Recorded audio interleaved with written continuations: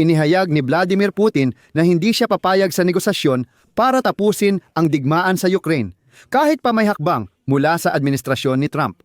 Iginiit niyang sasakupin ng Russia ang Donbas at iba pa bago pa pag-usapan ang negosasyon at maglalagay pa siya ng bagong kondisyon sa yugtong iyon.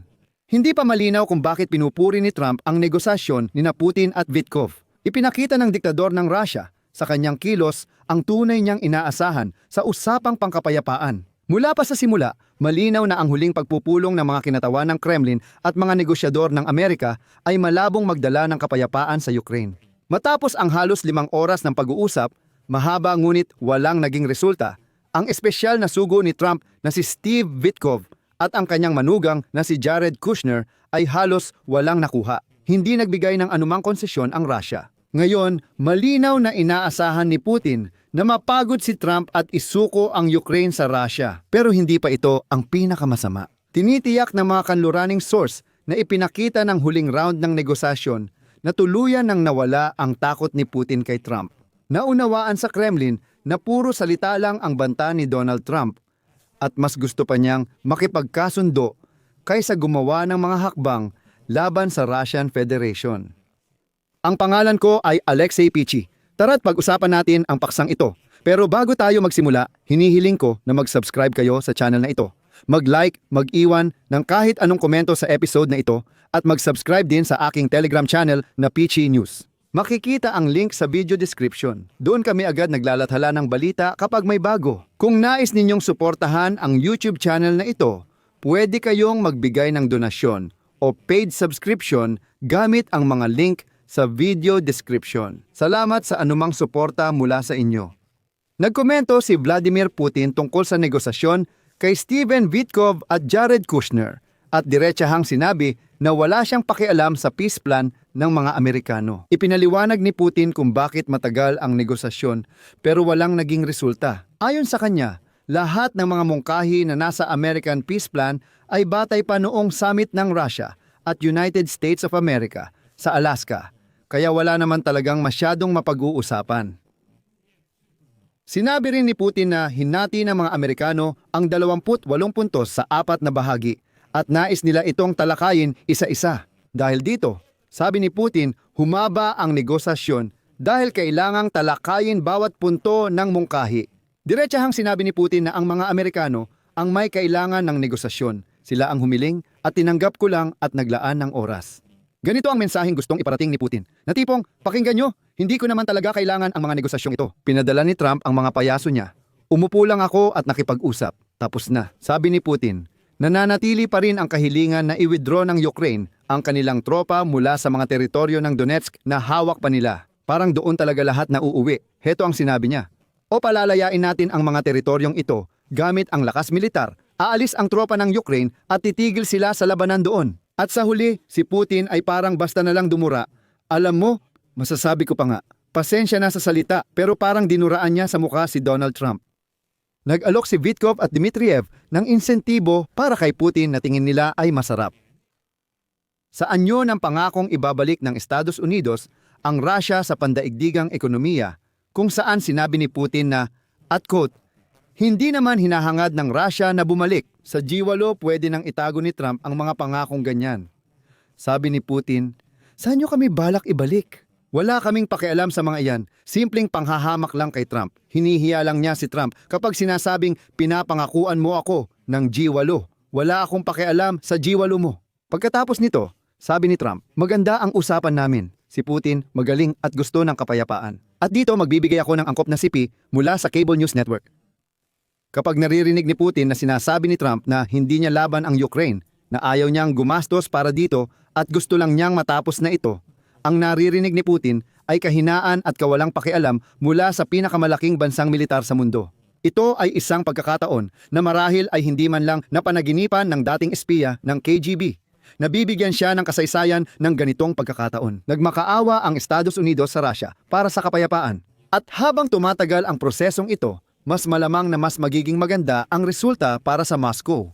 Pero ayon sa The Times, ang linggo ng negosasyon, diplomasya, binagong mga plano ng kapayapaan at pagbisita ng mga kinatawan ng Trump administration sa Kremlin ay hindi nagpalapit sa pagtatapos ng digmaan ng Russia sa Ukraine. Ngunit ipinakita nito na tuluyan nang nawala ang takot ni Putin kay Donald Trump. CP, Miyerkules ng umaga, ika-3 ng Disyembre, lumipad mula Moscow ang pribadong eroplano na sakay si espesyal na sugo ni Trump na si Steven Witkoff. Muling na-overestimate ng Washington ang kahandaang talikuran ni Vladimir Putin ang layunin niyang sakupin at kontrolin ang Ukraine. Dahil walang planong negosasyon at malamang na magpatuloy ang digmaan hanggang ika-4 na anibersaryo ng pananakop ng Russia noong Pebrero 2022. Sa katunayan, ang tanging kapansin-pansing resulta ng huling pagsisikap ng United States para sa kapayapaan ay ang lalong paglala ng hidwaan sa pagitan ng Europa at Washington. Natiyak na ikinatutuwa sa Moscow at narito ang isang napakahalagang obserbasyon para sa inyo. Masaya si Putin sa takbo ng digmaan, 3 beses sa isang buwan, gaya ng nakikita ninyo. Nagsusuot siya ng unipormeng militar at personal na nagbibigay ng mga utos sa kanyang mga general. Ang totoo, noong hindi pa ganoon kamatagumpay ang digmaan para sa mga Ruso, hindi niya gaanong iniuugnay ang sarili niya rito ng ganito katindi. Sa kabaliktaran, parang, alam mo yon, sinusubukan niyang manatili sa gilid. Parang sinasabi niya, hindi, ako, naka-Amerikana lang ako, wala akong kinalaman sa digmaan. Ngayon, lagi na siyang naka-uniforme. Ibig sabihin, tiyak siyang wala talagang gagawin si Trump. Noong nakaraang buwan, pagkatapos ng negosasyon sa Florida, sa pagitan ni Witkoff at ng sugo ni Putin na si Kirill Dmitriev, lumitaw ang 28 puntong planong pangkapayapaan sa Kyiv. Nag-aalala ang mga kaalyadong Europeo ng Ukraine na pinipilit ng Washington ang Ukraine na pumayag sa kasunduang kailangan nilang isuko ang ilang teritoryong di pa nasasakop. Pumayag na ipagbawal ang pagsali sa NATO at hayaan ang Moscow magtakda ng limitasyon sa sandatahang lakas ng Ukraine. Matapos ang mahigpit na negosasyong diplomatiko ng mga opisyal mula sa Britanya, Pransya at Alemanya, binago ang planong pangkapayapaan para mas tanggapin ng Kyiv. Ngunit automatikong tinatanggihan ito ng Moscow kung katanggap-tanggap sa Ukraine. At kung titingnan natin ang sitwasyon nang malamig ang isip, mauunawaan natin na ang tanging salik na maaaring magbago ng kasalukuyang sitwasyon ay ang ekonomikong o militar na pagbagsak ng isa sa mga panig. Sa ating kaso, ang ganitong pagbagsak ay dapat mangyari sa Rusya at may mga kasangkapan si Trump para dito. At kung hindi sigurado si Putin ng 100% sa ganap na kawalang kilos ni Donald Trump, hindi siya mag-aasal ng ganoon ka-arugante. Ibig sabihin, sigurado siya na hindi kikilos si Trump. Sigurado siya na patuloy na iiwasan ni Trump ang problema. Kung may alinlangan si Putin, hindi sana siya naging ganoon ka-arugante nitong mga araw. Pero ang mga Europeo, hindi pinapalagay ni Putin dahil mas matatag sila kaysa sa mga Amerikanong lider. Nagpakita ng galit si Putin sa mga lider ng Europa nang tulungan nilang baguhin ang planong pangkapayapaan. At agad siyang nagbanta ng malaking digmaan sa Europa at ang kanyang mga tauhan. Halimbawa, katulad ni Kadyrov ng Chechnya, nangangako siya kay Putin na magsusori ang Europa sa kanya.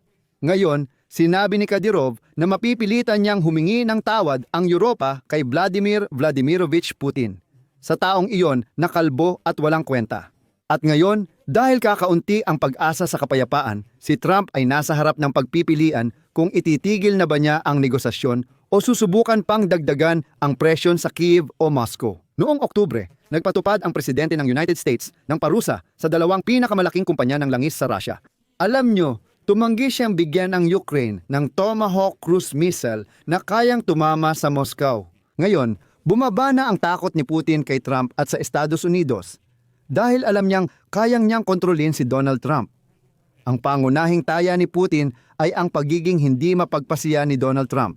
Dagdag pa rito, talagang umaasa si Putin na tuluyan ng aatras ang Estados Unidos mula sa mga usapin. Narito ang CP mula sa The Times. Umaasa si Pangulong Volodymyr Zelensky ng Ukraine na mailahad niya ang kanyang posisyon kay Pangulong Trump at mahikayat itong dagdagan ang presyon sa Russia. Mababa ang tsansang magpakita ng sigasig ang Pangulo ng Estados Unidos. Malamang na tama ang pagkalkula ng Moscow na sapat ng akitin ng kaunti si Donald Trump sa pangakong ng isang business deal.